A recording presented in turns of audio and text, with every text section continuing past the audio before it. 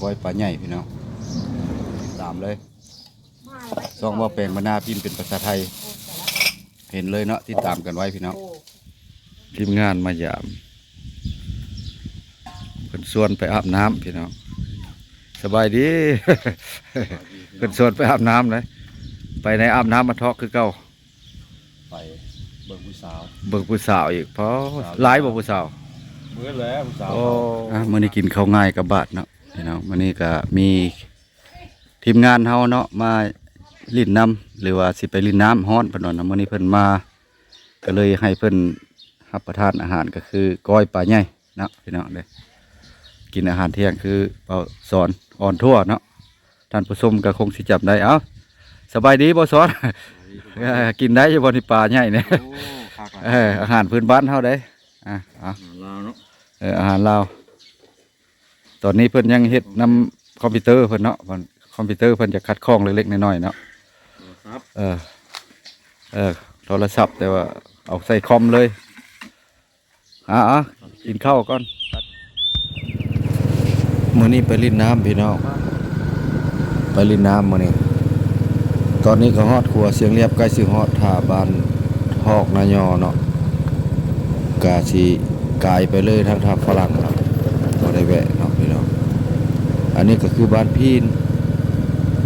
ใกล้สิฮอดท่าฝรั่งก็คือซ้ายมือนี่พี่น้องทางเข้าเนาะเอาไปติดตามเบิ่งนำกันว่าน้ำในคนสิไหลไปได้เพราะว่าอยู่เฮือนก็อากาศร้อนหลายพี่น้องไปหาลินน้ำจากบาทก่อนพี่น้องไปพี่น้องไปลินน้ำมื้อนี้งานใหม่เกิดขึ้นหลายแล้วมันเปิดปีนี้ว่าสิราคาตู้ราคาห้านนี่สิคือเก่าบ่หรือว่าใดๆเนาะไปเบิ่งนำกันพี่น้อง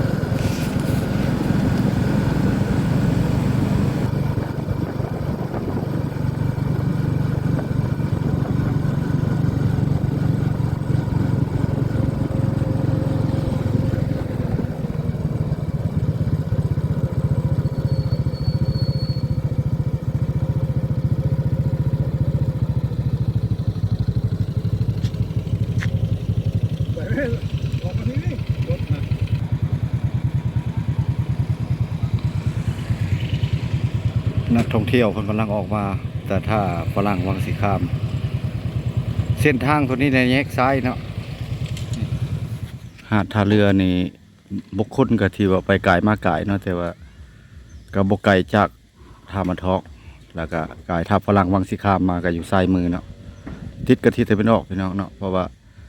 ห้านนี่นะปีกายนี่ก็ตูบหนึ่ง30,000ปีนี้ก็สิบ่เกินในประมาณเพิ่นบ่ทันแล้วประเมินบ่ทันแล้วประมาณบ่เกิน4-50,000นี่แหละพี่น้องเนาะเดเตียงแปะน้ำเลยเนาะก็สิบ่แพงดอกพี่น้องเพราะว่า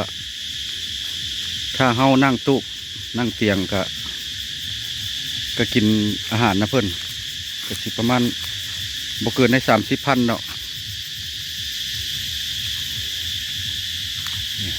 น้ำในไหลตลอดเวลาเลยพี่น้องทางพุ่นก็ยังมีส้นส้นก็ยังมีอยู่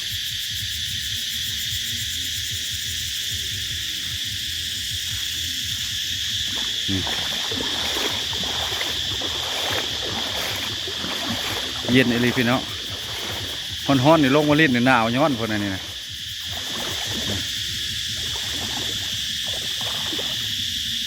3 ห้านแต่ห้านนี่ขายเครื่องครับบริษัทขายเนาะในเตียง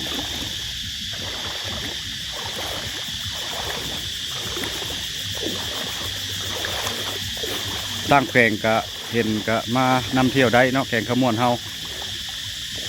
แข่งท่องเที่ยวหลายคือเบ้าแปลงว้าวละบอลินบอเที่ยวบอส้มหลายอันนี้คือท่าบ้านทอกเนาะท่าบ้านทอก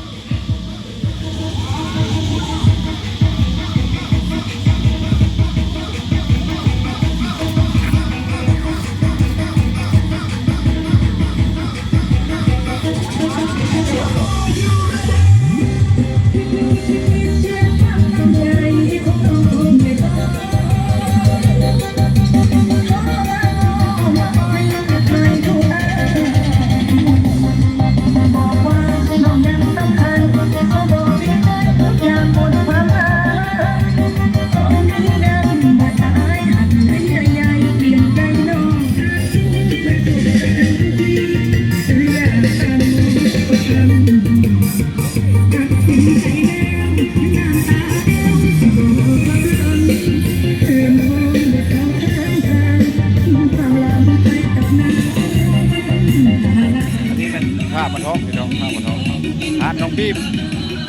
นี้คนก็บ่หลายปานใดปานใดเนาะธรรมดาปกติ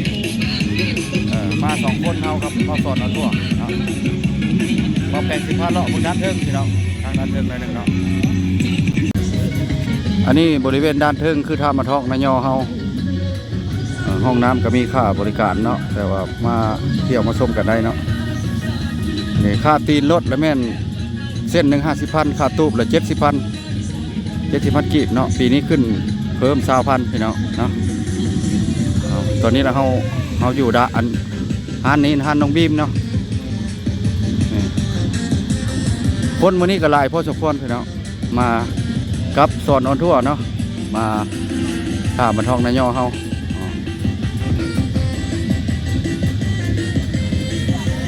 บรรยากาศก็สดชื่นเนาะโมเมนต์ธรรมดาเนาะคนกำลังลั่งมาเพราะว่า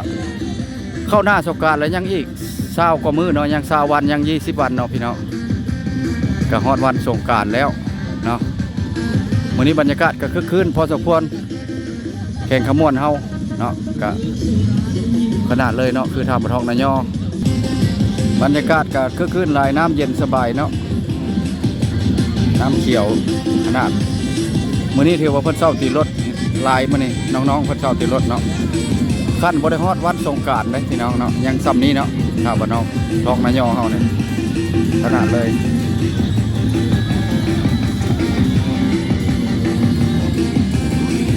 ตูบยังว่างหลายเนาะตูบยังว่างหลาย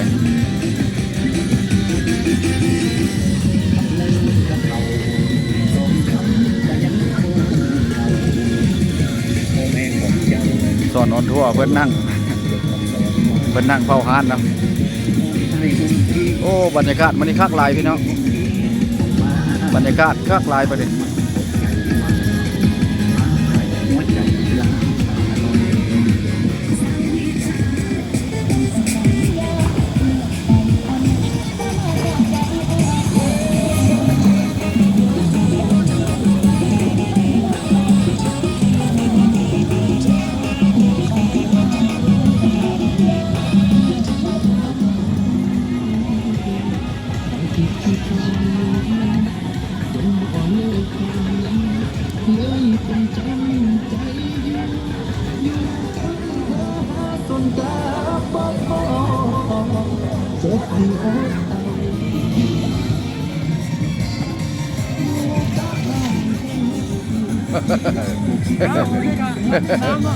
ลินน้ำเนาะ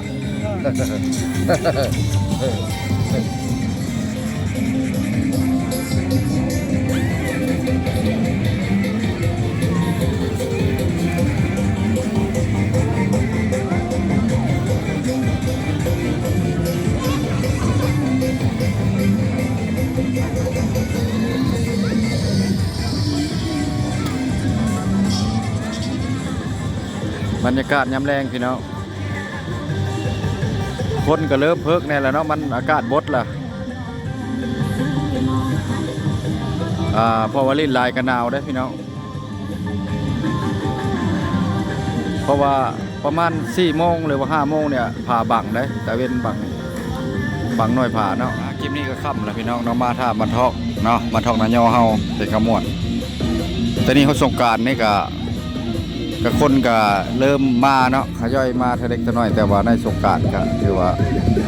ก็แม่นจุดนี้ก็เป็นจุดหนึ่งเนาะที่ว่าคนมักมาเที่ยวมาชมเนาะก็คือท่าบันทอกเฮาหรือว่าท่าพลังวังสีคามคลิปนี้กับโบมีอย่างหลายเนาะบ่แปลงมากับทีมงานเฮาเนาะกับสอนอทั่วเพิ่นคลิปนี้วิดีโอนี้ก็สิขอหยุดไว้เพียงสำนี้ก่อนเนาะพี่น้องไปก็เด้อมาสุขขอลามาสุขพี่น้อง